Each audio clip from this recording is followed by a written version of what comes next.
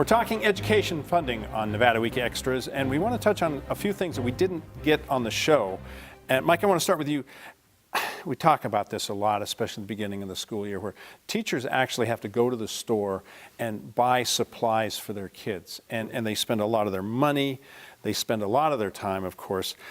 In addition to fundraising and grants, isn't it basically a self-imposed salary reduction for a lot of these teachers? Absolutely. I was just talking to my very good friend and neighbor and tremendous mariachi teacher, Albert Avila, over at my school.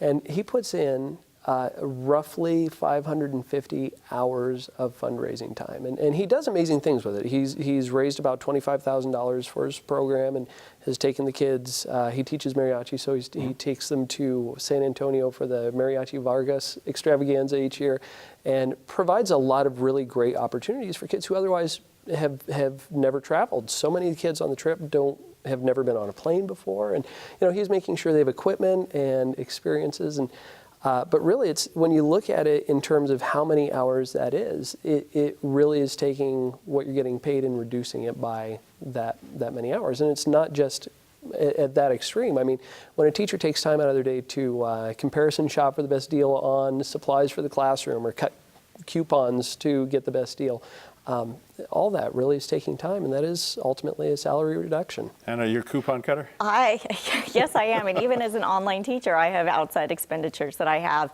And just to touch on the human capital aspect of fundraising, it's the same way with grants. A lot of the schools are successful and have, no one is fully funded or well funded, but they can be better funded through grants. And I know that with our school, it is through the human capital of our principal, who puts in multiple hours searching for and applying for state access grants to provide AP programs to the whole state, which is a great thing. It benefits the CCSD students as well as students without the state, but it takes an incredible amount of time to do that. What about out-of-pocket expenses? And we hear stories every year that a lot of teachers actually have to go to a supply store to get supplies for their kids. And I'll ask all of you too. Well, we have it's interesting. Again, we're unique in that it's private. But we do have that family atmosphere at our school that you'll have kids that are, in kindergarten, you'll have another students in 6th or 9th, and these families know each other, and we have full pay families, and we have families that are taking advantage of the opportunity scholarships. And when needs are presented, whether it's for sports fees or for sports equipment or just some school supplies or whatever the case may be, we, as myself as the executive principal and then our elementary principals, we go to those other families to provide those funds. And it's oftentimes anonymous, and we take care of our own, so to speak, in that. And we're constantly getting the feedback from our teachers to find out where the needs might be to support that. And it's been an ongoing thing the entire time that I've been there, not just recent. I see this also as an equity issue because there's going to be some schools that are going to be well funded by that family community, and there's going to be some schools that aren't. And those are the teachers that are paying the most out of pocket. And so it really depends on where that school is located. And we have a lot of empathy, too. I think that teachers who work in that environment, you're there for a reason. You want to really make a difference with that particular population. And they do spend a lot of time and a lot of money. And sometimes their own money, right? Their own money, absolutely, yeah. Sometimes it's out of need to make the job a little bit easier. And other times it's really just to give kids something that they wouldn't be getting otherwise. Amanda, let's go back to policy for a second. We will have a future Nevada Week where we will talk more policy and legislative pieces of public education funding, what have you. But for now, can you give us some history and perhaps perspective on what our Nevada Plan model has always been, this historical expenditure model? Yeah, so the Nevada Plan came into being in 1967. That's the year that Elvis got married, so it's been a while. There you go, that's perspective there. Yes. And it worked well back then because our big concern was, is this a rural county? Is it slightly more urban? The demographics were completely different. It was a completely different state, and the industry was completely different. I mean, we were just a completely different state. And we actually funded pretty well. Over the years, that has changed. It's gotten much, we've basically deteriorated over time. And that's because of that historical expenditure model. When you look at what you spent last year to determine what you spend this year, you're not taking into account SBAC testing or safe and respectful learning environment and all these other initiatives and mandates, standards and expectations of students. You don't care about any of that. All you're looking at is what you spent last year, and you're rolling it up by inflation. So, more modern funding formulas look at cost. So, okay, we say we want 15 students to every teacher in kindergarten through 3rd grade. What does it cost to actually have that? What does it cost to have a reading interventionist in your school? What does it cost to actually support English learners or at-risk students? And you actually use those costs to drive what you're going to spend on schools. We just don't do that, and it's really taken its toll on a lot of our communities. Are there funding models in other states that we could adopt? Absolutely. Illinois is a great example. They just adopted a new funding formula. It's called an evidence-based formula. So they fund things that have a statistically significant impact on student achievement. So they've done the hard work of determining that and costing it out.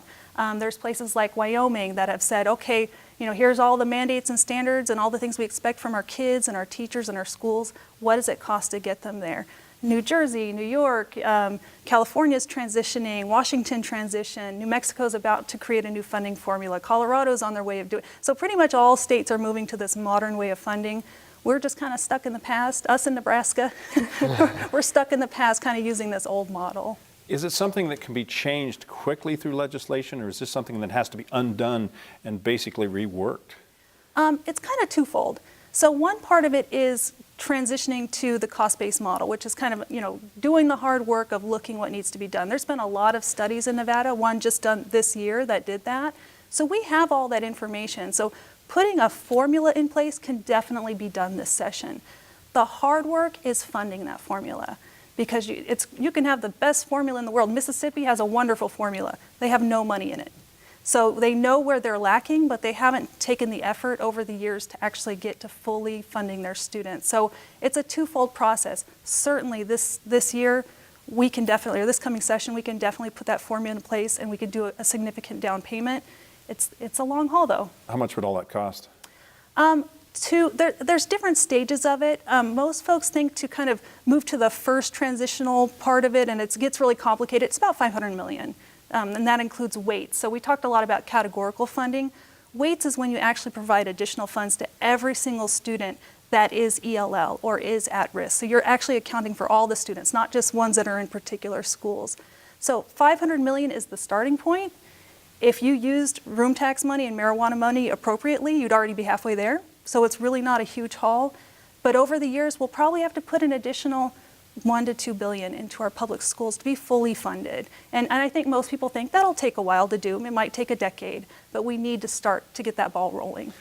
Excuse me, we talked about the retail marijuana tax in the show and how it goes into the general fund now. If it were to go specifically to schools, how much of that would make up for, let's say, the $500 million? It would make up, I believe it was $60 million a year, and I could be wrong on that. I believe that's the ballpark. So it'd be a pretty significant chunk. But that's just the first year, and it seems to be increasing, too. Yeah, so it could actually make a dent. So that would be really important. It wouldn't be the end-all, be-all. It wouldn't save us. I think one of the problems in Colorado is they thought, oh, we have marijuana money, we're going to be saved, and it didn't quite work out that way. So we can't have that same mentality, but it would be significant, but only if it's growing the pie. If it's doing what the other, supplemental funding was doing, like, the room tax and the marijuana wholesale tax, we're going to get nowhere. They're just going to say, cool, we got additional revenue. Now we can use our state general fund for other things. We have to be very careful that we're moving towards a target and a goal and not just supplanting. Let's talk wish list. I'll start with you, Anna. Just to piggyback on what she already said about growing the pie, I mean, when I talk about revising the Nevada plan, that is one of my wish lists. I would love to see any additional new revenue. So, number one, revise the Nevada plan, and then number two, have additional revenue so that it goes into a revised plan to increase the per pupil. Mike?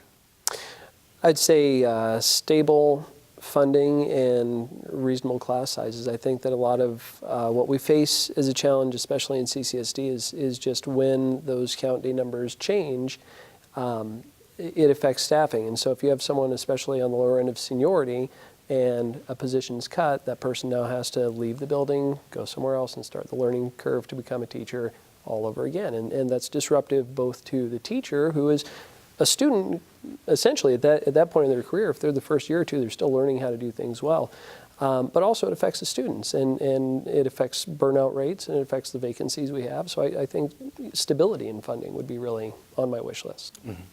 Raymond, what's your wish list? Well, I think piggybacking on what you said is the stability, like Opportunity Scholarships clearly is a benefit for the students that come to our school, that they're receiving an education in a private school. But say you're a third grade student, that funding needs to follow you. Your parents' income situation isn't going to change over the next, 8, 9 years of your education.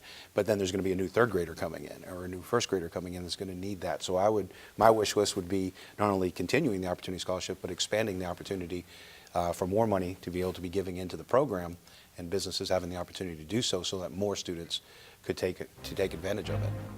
Thank you very much. Thanks to all. Thank you. Thank you.